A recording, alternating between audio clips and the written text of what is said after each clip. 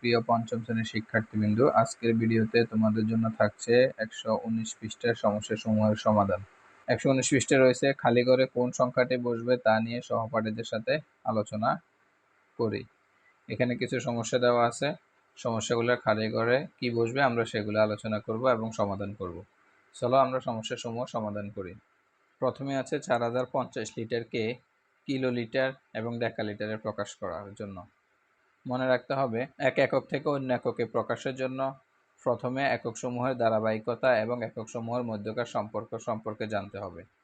তরল পদার্থ পরিমাপের এককের ধারাবাহিকতা উপরের দিকে রয়েছে কিলোলিটার, তারপরে hectolitre, decalitre, litre, decilitre, centilitre, millilitre. এবং একটা ধাপের সাথে আরেকটা ধাপের সম্পর্ক হচ্ছে 10 গুণন করে। এক ধাপ যাওয়ার জন্য 10-এর সম্পর্ক, 2 ধাপ গেলে 10 গুণ 10 100-এর সম্পর্ক, 3 ধাপ গেলে 10 গুণ 10 1000-এর সম্পর্ক। এভাবে উপর থেকে যদি নিচের দিকে নামা হয় তাহলে হচ্ছে গুণ করতে হবে, আবার নিচের একক থেকে উপর এককে যাওয়ার জন্য ভাগ করতে হবে। নিচের একক থেকে উপর এককের মান বড়, যাদের মান বড় তারা সংখ্যার দিক দিয়ে কম হয়, এই জন্য ভাগ করতে হবে। আর উপরের একক থেকে নিচের এককের হচ্ছে মান ছোট, যাদের মান ছোট তারা সংখ্যার দিক দিয়ে বড় হয়, এই জন্য উপর একক থেকে নিচের এককে আসার জন্য গুণ করতে হবে। চলো আমরা আমাদের সমস্যাসমূহ সমাধান করি।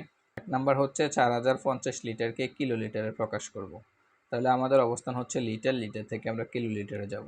তাহলে আমাদের অবস্থান হচ্ছে এখানে লিটার, লিটার থেকে আমরা কিলোলিটারে যাব। তাহলে লিটার থেকে যদি কিলোলিটারে যাই তাহলে কয় ধাপ? 3 ধাপ, 1 2 3। তাহলে 3 ধাপ হওয়ার কারণে সম্পর্ক হচ্ছে প্রতি এক ধাপ থেকে আরেক ধাপের জন্য 10 গুণনের সম্পর্ক। এক ধাপের জন্য 10 গুণন, 2 ধাপের জন্য 10 10 100, 3 ধাপের জন্য 10 100 1000-এর সম্পর্ক।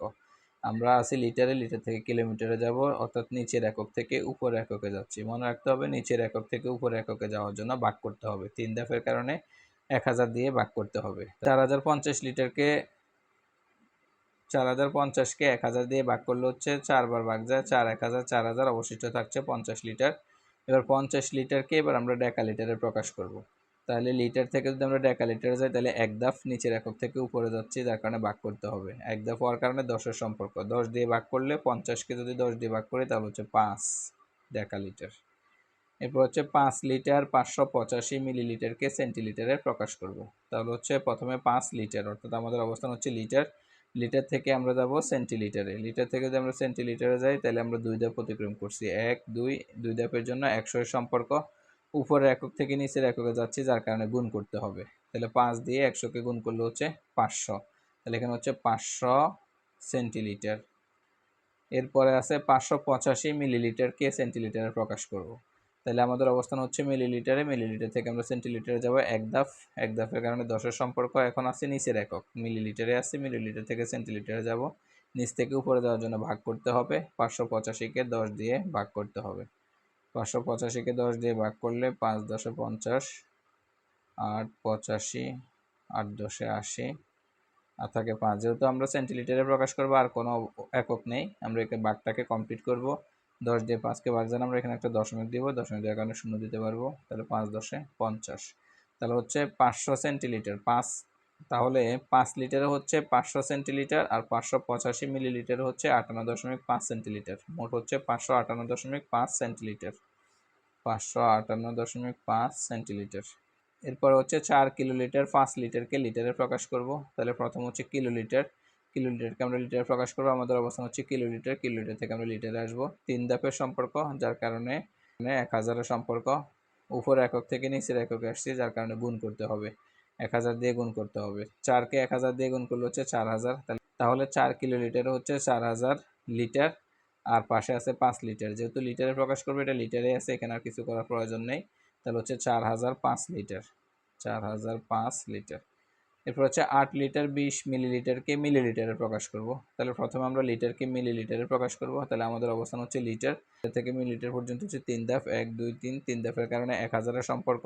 আমাদের অবস্থান হচ্ছে উপরে, আমরা উপর থেকে নিচে আসবো, উপর একক থেকে নিচে আসার জন্য গুণ করতে হবে। তাহলে 8কে 1000 দিয়ে গুণ করলে হচ্ছে 8000, আর 20 মিলিলিটারকে মিলিলিটারে প্রকাশ করার জন্য মিলিলিটারে আছে, কোনো পরিবর্তন করার দরকার নাই। তাহলে হচ্ছে 8020 মিলিলিটার। 5 নম্বর সমস্যাটি হচ্ছে 750 মিলিলিটারকে লিটারে প্রকাশ করব। তাহলে আমাদের অবস্থান হচ্ছে মিলিলিটার, আমরা প্রকাশ করব লিটারে। আমাদের অবস্থান হচ্ছে এখানে মিলিলিটারে, মিলিলিটার থেকে আমরা লিটারে যাব, মিলিলিটার থেকে লিটার। মোট হচ্ছে 3 ধাপ, 3 ধাপের কারণে 1000-এর সম্পর্ক, নিচের একক থেকে উপরে যাচ্ছি ভাগ করতে হবে। তাহলে 750-কে 1000 দিয়ে ভাগ করলেই মিলিলিটারে প্রকাশ হয়ে যাবে। 750-কে আমরা 1000 দিয়ে ভাগ করব।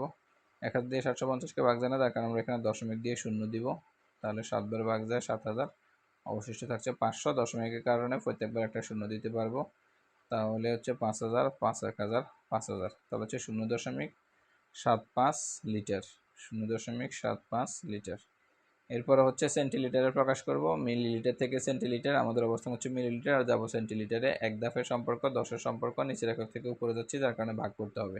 750-কে 10 দিয়ে ভাগ করলে হচ্ছে 75 সেন্টিলিটার। 6 নম্বর হচ্ছে 21.5 লিটারকে আমরা ডেকালিটারে প্রকাশ করব। তাহলে আমাদের অবস্থান লিটারে, আমরা ডেকালিটারে যাব। আমাদের অবস্থান হচ্ছে লিটারে, লিটার থেকে আমরা ডেকালিটারে যাব। এক ধাপের কারণে 10-এর সম্পর্ক, নিচের একক থেকে উপরে যাচ্ছি, যার কারণে ভাগ করতে হবে। 10 দিয়ে ভাগ করতে হবে। 21.56-কে 10 দিয়ে ভাগ করলে হয়ে যাবে। 10 দিয়ে 10 দুগুণে 20, 1, তারপরে দশমিক আসছে, দশমিকের ঘরে দশমিক দিয়ে দিব। তারপরে 10 একে 10, 5, 56, 5 10 50, 6 দশমিক দেওয়ার কারণে প্রত্যেকবার একটা শূন্য দিতে পারবো। তাহলে হচ্ছে 6 10 60, তাহলে হচ্ছে 2.156 ডেকালিটার, 2.156 ডেকালিটার। এবার হচ্ছে লিটার থেকে আমরা সেন্টিলিটার প্রকাশ করব। তাহলে আমাদের অবস্থান হচ্ছে লিটার, লিটার থেকে সেন্টিলিটার আসবো। 2 ধাপ আসতেছি, 2 ধাপের কারণে 100-এর সম্পর্ক, উপরের একক থেকে নিচে আসতেছি, গুণ করতে হবে। 21.56-কে 100 দিয়ে গুণ করলে হচ্ছে 2156 সেন্টিলিটার। প্রিয় শিক্ষার্থীবৃন্দ, আশা করি তোমরা বুঝতে পেরেছো।